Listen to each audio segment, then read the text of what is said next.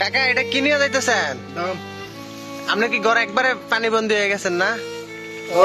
পূর্ব সতর্কতা ছাড়াই ত্রিপুরার ডুম্বুর বাঁধের দরজা খোলার কারণে বাংলাদেশের লাখ লাখ মানুষ যখন নিদারুণ কষ্টে দিন কাটাচ্ছে, ঠিক তখনই নিষ্ঠুর রসিকতার খেলায় মেতেছে সে দেশের গণমাধ্যমগুলো।